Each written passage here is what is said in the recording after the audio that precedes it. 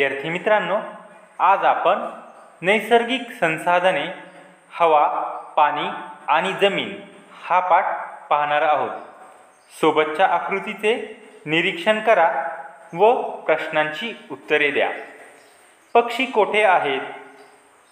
गायी कोठे चरत आहेत?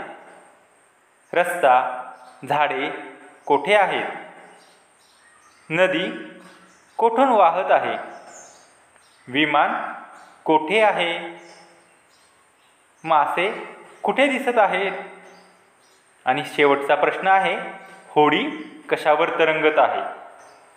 विद्यार्थी मित्रांनो, यावरून असे लक्षात येईल की आकृतीमधील काही घटक आकाशात म्हणजेच हवेत आहेत, काही घटक पाण्यात आहेत, तर काही घटक जमिनीवर आहेत.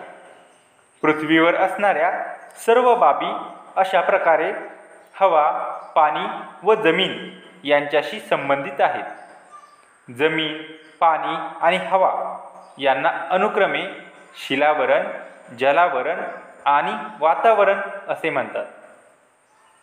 तसेच विविध सजीवांचा वावर किंवा संचार या तीनही आवरणामध्ये असतो.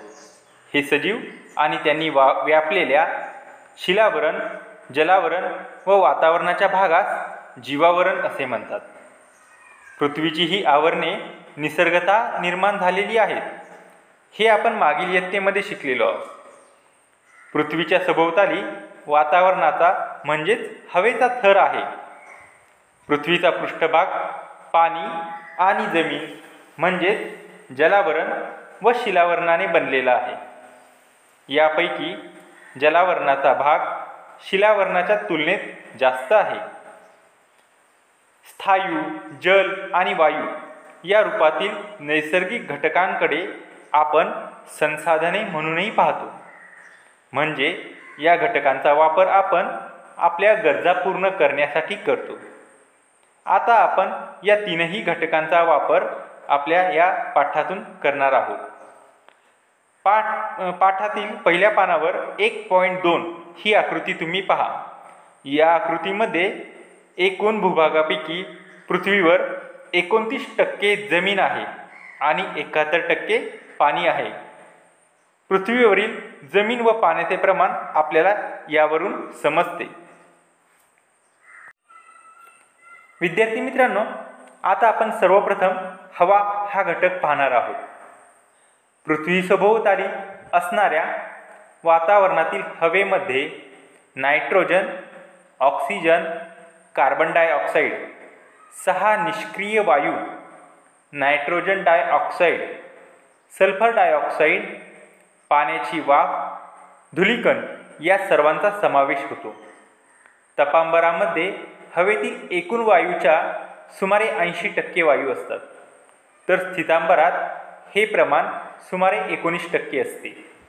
पुढे दलांबर व आयनांबरामध्ये वायूंचे हे प्रमाण कमी होत जाते. बाह्यांबर व त्या पलीकडे वायू आढळत नाहीत. यावरून तुमच्या असे लक्षात येईल की पृथ्वीसभोवताली असलेल्या अनेक वायूंचे मिश्रण आणि वातावरणाचा एक घटक म्हणजे हवा होय. वायूंबरोबरच धूलिकण, पाण्याची वाफ, बाष्प यांचा देखील समावेश हवेत होतो. हवेतील वायूंचे प्रमाण भूपृष्ठाजवळ जास्त व जसे जसे पृष्ठभागापासून वर जावे तसे तसे कमी होत जाते. हवेतील घटकांचे प्रमाण व काही उपयोग पुढील प्रमाणे दिलेले आहेत. हवेतील विविध घटकांचे प्रमाण तुम्हाला आकृतीवरून लक्षात येईल. पहा, नायट्रोजन 78%, ऑक्सिजन 21%, अर्गॉन 0.9%, इतर वायू व घटक 0.07%, कार्बन डायऑक्साईड 0.03%. विद्यार्थी मित्रांनो, हवेतील वायूंचे काही उपयोग आता आपण पाहणार आहोत. नायट्रोजन हा वायू सजीवांना आवश्यक प्रथिने मिळविण्यास मदत करतो. अमोनिया निर्मितीमध्ये तसेच खाद्यपदार्थ हवाबंद ठेवण्यासाठी तो उपयोगी असतो. ऑक्सिजन हा वायू सजीवांना श्वसनासाठी, ज्वलनासाठी उपयोगी आहे. कार्बन डायऑक्साईड वनस्पती अन्न तयार करण्यासाठी वापरतात. त्याचबरोबर अग्निशामक नळकांड्यामध्ये कार्बन डायऑक्साईडचा वापर केला जातो. पुढचा वायू आहे अर्गॉन. विजेच्या बल्बमध्ये या वायूचा वापर केला जातो. हेलियम कमी तापमान मिळविण्यासाठी तसेच विना पंख्याच्या इंजिनवर चालणाऱ्या विमानांमध्ये हेलियम हा वायू वापरला जातो. निऑन जाहिरातींसाठीच्या व रस्त्यावरच्या दिव्यांमध्ये याचा वापर केला जातो. क्रिप्टॉन फ्लोरोसंट पाईपमध्ये याचा वापर होतो. झेनॉन फ्लॅश फोटोग्राफीमध्ये याचा उपयोग केला जातो. विद्यार्थी मित्रांनो, हवेतील विविध वायू आणि इतर घटक यांच्या समतोलामुळे पृथ्वीवरील जीवसृष्टी टिकून आहे. जीवनासाठी आवश्यक सूर्यप्रकाश आणि उष्णता पृथ्वीपर्यंत पोहोचवण्यासाठी तसेच अन्य घातक घटकांना थांबविण्यासाठी वातावरण ही अत्यंत महत्त्वाची गाळणी आहे. धुके, ढग, हिम व पाऊस यांची निर्मिती वातावरणामुळेच शक्य आहे. विद्यार्थी मित्रांनो, सोबतच्या चित्रामधील साम्य कोणते हे तुम्हाला ओळखायचे आहे. पहा, पहिल्या, दुसऱ्या आणि तिसऱ्या चित्रामध्ये आपल्याला असे दिसते आहे की वातावरणामध्ये प्रदूषण झालेले आहे. धुराचे उत्सर्जन आणि विविध माध्यमातून आपल्याला प्रदूषण होताना दिसत आहे. हा धूर थेट वातावरणामध्ये हवेमध्ये मिसळतो. त्यामुळे हवेतील घटकांचा समतोल बिघडतो. यालाच वायू प्रदूषण असे म्हणतात. मोठे मोठे उद्योगधंदे यांमधल्या इंधनाच्या ज्वलनातून तसेच लाकूड, कोळसा यांसारख्या इंधनाच्या अपूर्ण ज्वलनामुळे बाहेर पडणारे घातक वायू या सर्वांमुळे दिवसेंदिवस वायू प्रदूषणामध्ये सतत वाढ होत आहे. विद्यार्थी मित्रांनो, इंधन ज्वलनातून हवेत सोडले जाणारे घातक घटक nitrogen dioxide, carbon dioxide, carbon monoxide, sulphur dioxide आणि काजळी. यानंतर आपण ओझोनचा थर, संरक्षक कवच याविषयी माहिती पाहणार आहोत. वातावरणाच्या स्थितांबर या थराच्या खालच्या भागात ओझोन म्हणजेच O3 या वायूचा थर आढळतो. ओझोन वायूचा सजीवांना जगण्यासाठी प्रत्यक्ष उपयोग नसला तरी खूप उंचीवर पृथ्वीभोवती ओझोनचा थर असणे सजीवांसाठी फार महत्त्वाचे आहे. सूर्यापासून येणारी अतिनील किरणे सजीवांसाठी हानिकारक असतात. ही किरणे ओझोन वायू शोषून घेतो. त्यामुळे पृथ्वीवरील सजीवांचे रक्षण होते. वातानुकूलन यंत्रे, रेफ्रिजरेटर्स यांमध्ये हवा थंड करण्यासाठी वापरले जाणारे क्लोरोफ्लोरोकार्बन्स तसेच कार्बन टेट्रा क्लोराईड हे रासायनिक वायू हवेत मिसळल्यास ओझोनच्या थराचा नाश होतो. म्हणजेच ओझोनच्या थराचे महत्त्व आपल्या लक्षात आले असेल. ओझोनच्या थराचे महत्त्व लक्षात यावे यासाठी 16 सप्टेंबर हा दिवस जगभर ओझोन संरक्षण दिन म्हणून मानला जातो. विद्यार्थी मित्रांनो, तुम्हाला माहीत आहे का, मुंबई, पुणे, नागपूर यांसारख्या महानगरांमध्ये रहदारीच्या ठिकाणी हवेमध्ये असणाऱ्या विविध घटकांचे प्रमाण दाखवण्यासाठी विशिष्ट प्रकारचे फलक लावलेले आहेत. या फलकांमुळे त्या ठिकाणच्या हवेतील घातक घटकांचे प्रमाण आपल्याला समजते. विद्यार्थी मित्रांनो, वातावरणातील दुसरा घटक आहे पाणी. त्याविषयी आपण माहिती पाहूया.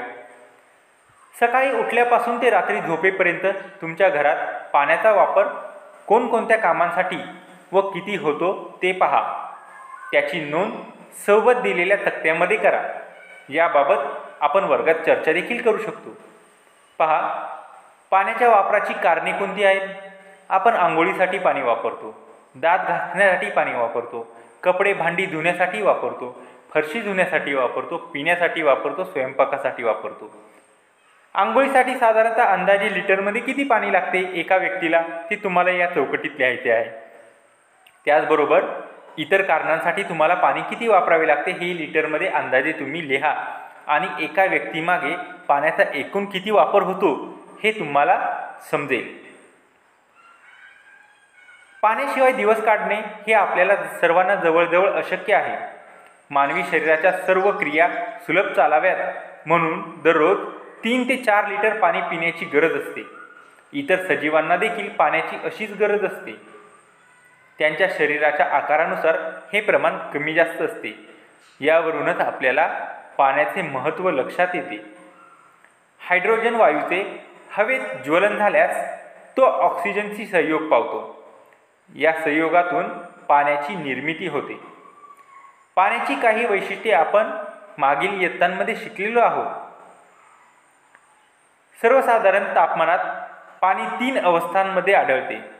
पाण्याला रंग, चव व वास नसतो. अनेक पदार्थ पाण्यामध्ये सहज विरघळतात. म्हणून पाणी हे वैश्विक विद्रावक आहे. प्राण्यांमधील रक्त, वनस्पतीमधील रसद्रव्ये यांमध्ये देखील पाण्याचे प्रमाण सर्वाधिक असते. कोणत्याही सजीवाला पाण्याशिवाय जिवंत राहणे शक्य नाही. म्हणूनच पाण्याला जीवन असे म्हणतात. विद्यार्थी मित्रांनो, पुढे दिलेला तक्ता पहा. यामध्ये पृथ्वीवरील उपलब्ध पाणी आणि त्याचे शेकडा प्रमाण हे आपल्याला दिलेले आहे. काही ठिकाणी चौकट रिकामी आहे, तेही आपल्याला लिहायचे आहे. समुद्र आणि महासागर यामध्ये पृथ्वीवर 97% पाण्याचे प्रमाण आहे. 2.7 प्रमाण हे आपल्याला या ठिकाणी चौकट रिकामी दिलेली आहे. तर ते कोणते प्रमाण आहे हे आपल्याला शोधून या ठिकाणी लिहायचे आहे. त्याचबरोबर पिण्यासाठी उपलब्ध पाणी म्हणजेच गोडे पाणी त्याचे देखील प्रमाण या ठिकाणी दिलेले नाही. ते देखील आपल्याला या ठिकाणी शोधून लिहायचे आहे. आणि एकूण शेकडा प्रमाण 100%. विद्यार्थी मित्रांनो, यातील प्रमाण तुम्ही शोधा आणि ते रिकाम्या चौकटीमध्ये लिहा. पृथ्वीवरील सर्व पाणी आपण वापरू शकत नाही, कारण समुद्रातील पाणी खारट आहे. काही पाणी गोठलेल्या अवस्थेत आहे. अत्यल्प पाणी हे आपल्याला पिण्यासाठी उपलब्ध आहे, तरी देखील ते सर्व सजीवांना पुरेसे आहे. विद्यार्थी मित्रांनो, सोबत तुम्हाला एक चित्र दिसत आहे. या चित्रावरून तुमच्या लक्षात येईल की पाण्याचा वापर कशाकशासाठी केला जातो. पहा, इतर पशु आणि पक्षी वरील प्रमाणे पाण्याचा वापर करतात का? आपण मोठ्या प्रमाणावर पाण्याचा वापर करतो. पृथ्वीवरील पाण्याचे नियमन हे जलचक्राद्वारे होते, हे आपण शिकलेलो आहोत. जलचक्राला बाष्प पुरवण्याचे मोठे काम हे महासागराकडून होत असते. त्यापासून पाऊस पडून जमिनीवर गोड्या पाण्याचे स्रोत निर्माण होतात. पाणी मिळवण्यासाठी ओढे, नदी, छोटी तळी, झरे, सरोवरे हे जमिनीवरील नैसर्गिक स्रोत आपण वापरतोच. त्याशिवाय कूपनलिका, विहिरी खोदून भूगर्भातील पाण्याचा उपसा देखील आपण करत असतो. यासोबतच मानवाने नद्यांवर बंधारे, लहान मोठी धरणे देखील बांधलेली आहेत. वाढती लोकसंख्या, उद्योग, शेती यासाठी पाण्याचा अनिर्बंध वापर होत असल्यामुळे आता हे पाणी आपल्याला कमी पडू लागलेले आहे.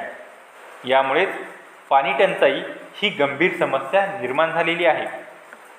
विद्यार्थी मित्रांनो, पाणी टंचाई होऊ नये म्हणून आपण काही गोष्टी लक्षात ठेवल्या पाहिजेत. पाण्याचा वापर काटकसरीने केला पाहिजे. पाणी अडवा, पाणी जिरवा हे तुम्ही ब्रीदवाक्य ऐकलेच असेल, ते आपण अंगीकारले पाहिजे. जिथे शक्य आहे तिथे पाणी आपण साठवले पाहिजे. पाण्याचा शक्य तेथे पुनर्वापर केला पाहिजे, कारण साठवलेले पाणी लगेच शिळे होत नाही. विद्यार्थी मित्रांनो, आता आपण पुढील घटक जमीन याविषयी माहिती पाहणार आहोत. जमीन कशाची बनलेली असते? तुम्हाला जमिनीवर काय काय दिसते? मानवाने जमिनीवर काय काय निर्माण केले आहे? जमिनीत खोल खड्डा खणला तर तुम्हाला त्यात काय आढळते? जमीन सर्वत्र सपाट असते का? मानव जमीन निर्माण करतो का? या प्रश्नांची उत्तरं जर आपण शोधली तर आपल्या असं लक्षात येईल की जमीन आपल्याला दगड, माती, मोठे खडक या स्वरूपांमध्ये दिसते. ती सर्वत्र सपाट नसते. जमीन कधी डोंगराळ तर कधी सपाट अशा रूपात आपल्याला पाहता येते. मानवासह सर्व भूचर प्राणी जमिनीवर राहतात. काही भूचर निवाऱ्यासाठी जमिनीमध्ये बीळ करून राहतात. याचा अर्थ ते जमिनीचा वापर त्यांची गरज पूर्ण करण्यासाठी करतात. आपणही जमिनीचा वापर शेती, निवास, रस्ते यासाठी करत असतो. जमिनीवर असलेल्या वनातील वनस्पती व प्राण्यांचा देखील आपण वापर करत असतो. जमिनीतून मिळणारी खनिजे, खनिज तेल, भूगर्भीय वायू आपल्यासाठी अत्यंत महत्त्वाचे आहेत. याचा अर्थ जमीन हे एक महत्त्वाचे संसाधन आहे. ही जमीन नक्की कशापासून बनली आहे ते आता आपण या ठिकाणी पाहूया. पहा, या ठिकाणी तुम्हाला एक कृती करायची आहे. चित्रात दाखवल्याप्रमाणे प्लास्टिकची पारदर्शक बाटली, मूठभर माती, थोडे दगड, वाळू, पालापाचोळा आणि पाणी घ्या. बाटलीचा निमुळता असलेला वरचा भाग कापा. खालच्या भागात उरलेले साहित्य टाका व नंतर त्यात पाणी टाका.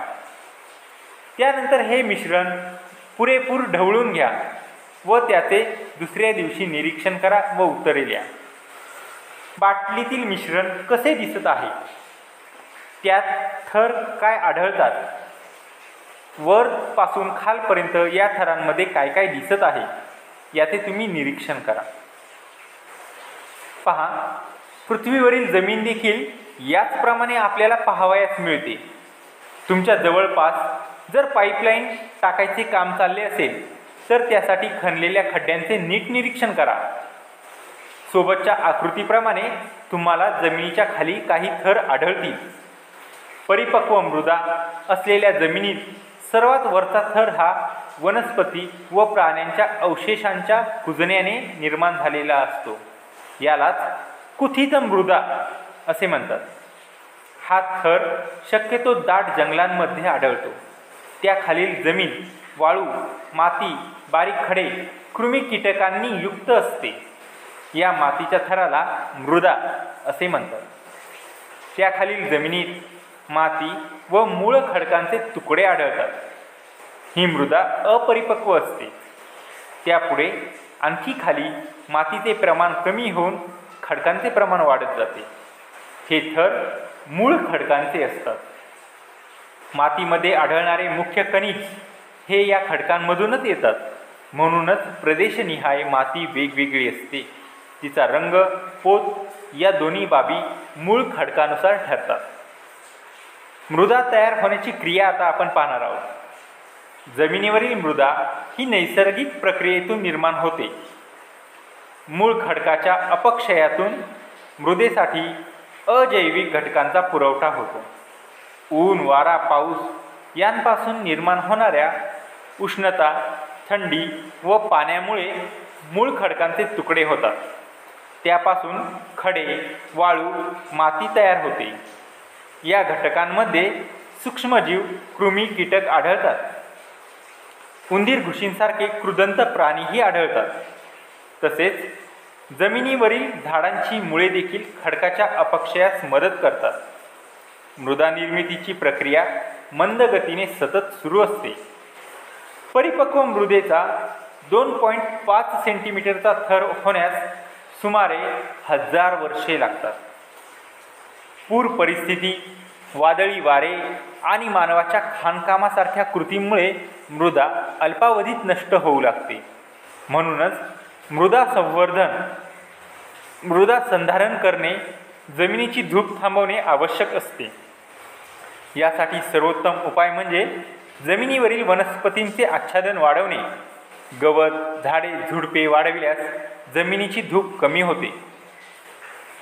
विद्यार्थी मित्रांनो, तुमच्या परिसरातील वेगवेगळी ठिकाणे जसे अंगण, बाग, डोंगर, नदीकाठ, शेती व खडकाळ जमीन येथील मृदेचे नमुने मिळवून त्यातील फरक, रंग, स्पर्श व कणांचा आकार या मुद्द्यांच्या आधारे त्याचे निरीक्षण करा आणि ते निरीक्षण तुम्ही नोंदवा. तुम्हाला माहीत आहे का, मृत वनस्पती व प्राणी यांचे सूक्ष्मजीवांमार्फत विघटन होऊन म्हणजेच ते कुजून मृदेवर जो थर तयार होतो त्याला कुथित मृदा, ह्युमस असे म्हणतात. कुथित मृदा जमिनीला पोषक घटक पुरवण्याचे काम करते. तसेच या मृदेमध्ये हवा खेळती ठेवणे, मातीत पाणी धरून ठेवणे या कामी देखील कुथित मृदा महत्त्वाची असते. चांगल्या सुपीक मृदेमध्ये वरच्या थरात कुथित मृदेचे प्रमाण 33 ते 50% असते. पहा, एकेकाळी पृथ्वीवर घडलेल्या उलथापालथीमुळे जमिनीवरील जंगले भूगर्भात गाडली गेली. त्यानंतर सजीवांच्या मृत अवशेषांपासून जीवाश्म इंधन बनण्याची प्रक्रिया भूगर्भात घडली होती. खनिज तेल या जीवाश्म इंधनापासून आपल्याला पेट्रोल, डिझेल, रॉकेल, केरोसिन, पॅराफिन ही इंधने तर डांबर, मेण यांसारखे उपयुक्त पदार्थ मिळतात. पृथ्वीवरील जमीन, पाणी आणि हवा यांचा वापर सजीव करतात. या घटकांचा मानव देखील संसाधन म्हणून वापर करतो. या संसाधनांच्या प्रत्यक्ष वापरल्या जाणाऱ्या घटकांचा विचार केला तर ते संपूर्ण पृथ्वीच्या तुलनेत अल्प आहेत. पुढील दिलेला तक्ता पहा. उपलब्ध पाणी आहे 29%. पिण्यासाठी उपलब्ध पाणी म्हणजेच गोडे पाणी आहे 0.3%. ऑक्सिजन आहे 21%. वरील जर चौकटीचा कोष्टकाचा विचार केला तर ही संसाधने जरी अल्प प्रमाणात असली तरी ती सर्व सजीवांसाठी पुरेशी आहेत. फक्त मानवाने स्वतःच्या हव्यासावर नियंत्रण ठेवणे अत्यंत आवश्यक आहे.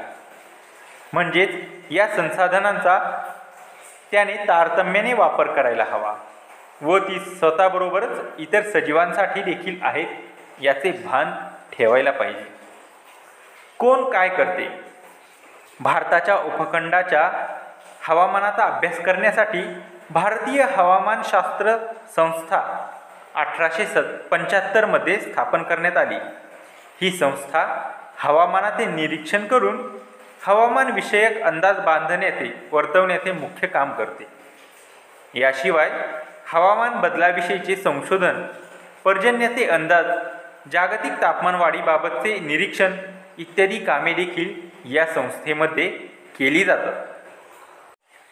विद्यार्थी मित्रांनो, या पाठामधून आपण काय शिकलो हे थोडक्यात पाहूया.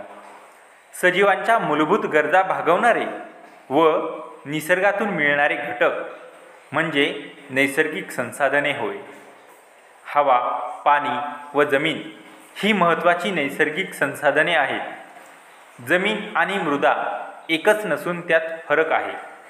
मृदेमध्ये जैविक व अजैविक घटक असतात. हवेमध्ये नायट्रोजन, ऑक्सिजन, कार्बन डायऑक्साईड, निष्क्रिय वायू, बाष्प व धूलिकण असे अनेक घटक आहेत. ओझोनचा थर पृथ्वीचे संरक्षक कवच आहे. नैसर्गिक संसाधने काळजीपूर्वक व काटकसरीने वापरावीत. विद्यार्थी मित्रांनो, या ठिकाणी आपला पाठ पूर्ण झालेला आहे. पाठाखालील स्वाध्याय तुम्ही सोडवा. पाठाच्या आतमध्ये ठिकठिकाणी तुम्हाला करण्यासाठी उपक्रम दिलेले आहेत. हे उपक्रम तुम्ही नक्की करा. त्यातून तुमचे अनुभव विश्व संपन्न होणार आहे. चला तर मग या पाठाची तयारी तुम्ही करा. आपण भेटूया पुढील पाठामध्ये. पाठाचे नाव आहे सजीव सृष्टी. तोपर्यंत घरीच राहा, सुरक्षित राहा.